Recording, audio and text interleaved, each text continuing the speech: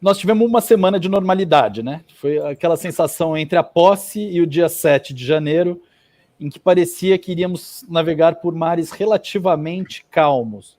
Calmos, eu diria, sabíamos que certamente muito disputados e com o uso intenso de fake news, etc., mas com uma agenda, capacidade da gente tocar uma agenda de uma forma mais com a bola no chão. Acontece que o 8 de janeiro, ele, pela gravidade dos fatos e pelo que ele expôs, ele mobilizou muito o governo na busca de dar resposta.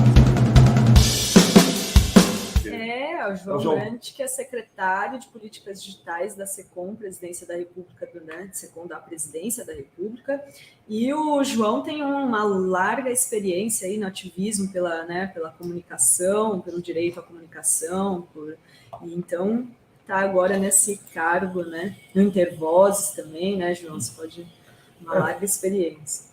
O João foi secretário executivo do MINC também, né, na gestão de Juca Ferreira, vítima de golpe. João, eu queria que você fizesse essa questão do digital começou no governo já acelerada, né? Até para minha surpresa. Tudo bem, tivemos uma campanha cheia de fake news, desde 2018 que a gente vive essa tormenta no Brasil e no mundo já até um pouco antes, mas eu não imaginava que essa agenda chegasse tão forte. Então, eu mesmo não consegui acompanhar esses 2 meses teus aí de forma próxima. Eu queria que você fizesse um balanço, né, do que está acontecendo na área e como está o status atual dos projetos de fake news, regulação de plataforma, coisas que nos interessam em muito. Maravilha. Bom, Renato, Dri, obrigado também pela oportunidade de dialogar com vocês e com os espectadores aqui da Fórum. Nós tivemos uma semana de normalidade, né? Foi aquela sensação entre a posse e o dia 7 de janeiro, em que parecia que iríamos navegar por mares relativamente calmos. Calmos, eu diria, sabíamos que certamente muito disputados e com o uso intenso de fake news, etc., mas com uma agenda, capacidade da gente tocar uma agenda de uma forma mais com a bola no chão. Acontece que o 8 de janeiro, ele, pela gravidade dos fatos e pelo que ele expôs, ele mobilizou muito o governo na busca de dar respostas. A gente vinha, assim, a primeira semana é uma semana ainda, obviamente, só de desenho, de estrutura, de começar a montar a equipe. Os processos de montagem de equipes no governo estão, via de regra, lentos, né? Estão muito... porque tem muitas nomeações, houve uma mudança muito grande de estrutura. Então, o que a gente... Enquanto na primeira semana nós vimos desenhando um processo mais estruturado, o que aconteceu depois do 8 de janeiro, vou falar, precisamos, ao mesmo tempo, reagir e buscar enfrentar o problema na urgência que ele tem, mas fazer isso com uma estratégia que dialogue com a de longo prazo. Não adianta a gente reagir para o curto prazo com algo que nos atrapalhe para uma estratégia de longo prazo. Então, o Ministério da Justiça, o ministro Flávio Dino, levantou algumas questões de urgências que ele via e que eles viam ali como necessárias para serem enfrentadas. O Congresso, logo depois que tomou, enfim, né, da eleição do Arthur Lira, também sinalizou, na verdade, já na posse do presidente, os discursos ali do Pacheco, depois o Lira sinalizou, junto com o Orlando, a intenção de avançar no projeto 2630, que é aquele projeto de fake news que vinha sendo discutido no governo Bolsonaro pelo parlamento. E o que a gente jogou muita energia era um processo de estruturação do governo interna para dizer o seguinte: olha, não adianta nós darmos um primeiro passo sem saber qual o passo 2, 3 e 4. Então, nós puxamos um debate no âmbito da Casa Civil. Esse debate tem acontecido liderado pela Casa Civil e envolvendo o Ministério da Justiça, nós, a AGU, MCTI, Ministério da Cultura, Ministério dos Direitos Humanos, deve envolver nas próximas semanas o MDIC, os atores que têm, portanto, envolvimento direto com essa agenda e pensar qual que é o nosso mapa de voo, qual que é o nosso plano de voo. Nossa sensação é que o projeto 2630, ele dá conta de mais ou menos 10% aí do que a gente enxerga que precisa ser feito nos próximos 2 anos. E ele, para dar conta disso, ele precisa ter alterações. Então, a gente também gastou e tem gastado muita energia num debate interno de governo para construir as propostas e dialogar com o deputado Orlando Silva no sentido de fazer com que o 2630 seja um bom primeiro passo. Nossa sensação do jeito que o projeto estava, ele era um projeto com aquela característica, pensado no legislativo, dentro de um governo Bolsonaro, em que numa base, enfim, testado no Congresso, numa base diferente, né? Quer dizer, com uma orientação de governo diferente, com esforços diferentes na mesa. Ainda que o Congresso siga muito conservador, nossa leitura é que o fato de ter um outro governo, isso organiza as forças de uma forma diferente e nos dá condições para avançar. Então, a hora que a gente olha para o projeto, ele é um projeto que, embora ele tenha esse apelido de PL de fake news, ele, no fundo, não lida muito com desinformação no formato que ele está atualmente. Ele lida com transparência, com devido processo e com alguns temas correlatos, a questão dos discursos dos agentes políticos, tanto do executivo como do legislativo, a questão do financiamento do jornalismo e alguns outros temas que não são centrais ali numa agenda de transparência e devido processo, mas que tem impacto no PL. Então, a gente também, digamos assim, a secretaria ela está, nesse período, muito dedicada a estruturar a ação de governo nessa linha, porque nossa sensação se começarmos bem e de forma que o governo esteja estruturado para enfrentar esses problemas, nós vamos conseguir navegar em águas, enfim, eu diria relativamente calmas no sentido de que há uma intenção, há um sentido geral das ações, tanto do legislativo como de agentes do judiciário, né? O TSE, o Alexandre de Moraes mobilizou o TSE e puxou as plataformas para fazer conversa sobre isso. Também o ministro Gilmar Mendes sinalizou isso publicamente nos últimos dias. Nós achamos que tem um sentido geral muito próximo. Então nós queremos transformar isso num pacto, formal ou informal, com os três poderes, que nos dê condições de avançar no mesmo tempo. Nossa sensação precisamos combinar, tratar com urgência o que for de urgência, mas tratar de forma muito estruturada aquilo que não é tão urgente, ainda que a agenda inteira, do nosso ponto de vista, seja urgente. Acho que temos condição, traduzindo e trocando em miúdos, nós temos condição de contribuir para o 2630, fazer com que o 2630 seja aprovado de forma rápida e célere, e, ao mesmo tempo, abrir imediatamente um processo de diálogo com setores sociais envolvidos e interessados para uma discussão mais profunda sobre regulação de plataformas. Não acho que a gente possa tratar da mesma forma conteúdos ilegais e aqueles conteúdos que a gente chama de danosos ou nocivos, que não são ilegais. Nós precisamos entender como é que a gente vai tratar a desinformação de forma bem concreta, né? Tipo, uma coisa é você lidar com crimes contra o Estado Democrático de Direito, outra é você lidar com uma fake news ordinária, vamos chamar assim, né? E como é que a gente faz para que esses arranjos e esses modelos que são possíveis e que estão na mesa hoje contribuam de fato para o problema ser, se não resolvido, ser mitigado. Porque um dos riscos que a gente tem é gastar muita energia em processo de discussão de projeto de lei que depois de aprovados gera pouca diferença na prática. E acho que essa é uma armadilha para nós, entende? Então, o 2630, da maneira como ele está hoje, quando eu falo que ele não é um projeto contra a desinformação, é porque ele não provocaria mudanças significativas no cenário da desinformação. Mas eu sei que é da intenção do deputado Orlando Silva que a gente tenha uma agenda de fôlego, que a gente possa enfrentar os problemas com a densidade e a profundidade que eles têm. Então, o que nós precisamos fazer é combinar o jogo. Acho que o Orlando está esperando as contribuições do governo sobre o 2630, nós estamos finalizando isso até semana que vem. Isso nos permite sentar com ele e desenhar apresentar o que a gente enxerga como um plano de voo mais longo, diria dos próximos um ano e meio, e já resolver no 2630 o que for pacífico de resolução por ali. A questão do financiamento das mídias a partir das plataformas, que é um dos artigos do projeto do Orlando, é algo que não entraria nesse primeiro momento, então, João? Eu acho que ele pode entrar porque de uma maneira... disse que tem que entrar recentemente aí. A questão aí, Rovaz e Dri, né, sendo muito claro, o projeto foi construído a partir de determinados acordos que foram feitos no âmbito da Câmara naquela correlação de forças. Obviamente, tanto Orlando quanto Lira pretendem mover isso sem chacoalhar esses acordos.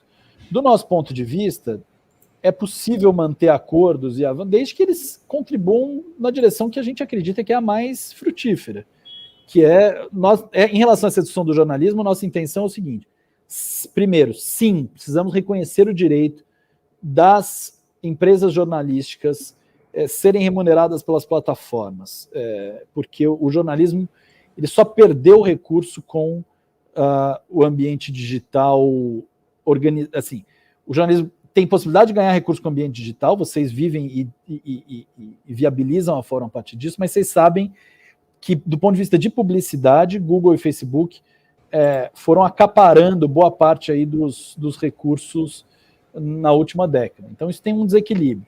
Segundo, por exemplo, aqui no YouTube, eles ficam, se não me engano, com 55% da nossa publicidade. Isso não existe em nenhum outro mercado. A comissão do YouTube, por oferecer estrutura por aquilo que a gente faz, é de 55%. Exato. Então, você vê, é um recado... 45%, alguma coisa assim. Eu não tenho certeza... Eu acho que o que eles dizem é de menos da metade, mas, enfim, independentemente 45, então 45. Essa ordem de grandeza, ela é próxima, certo? 45 ou 55, ainda que ela permita dizer que um é menos da metade e outro é mais da metade. 45, mas nos shorts é 55, não é isso, Dri? É isso, 45. Então, assim... Nos shorts é 55. O que nos parece essencial é reconhecer que o jornalismo é uma atividade de interesse público.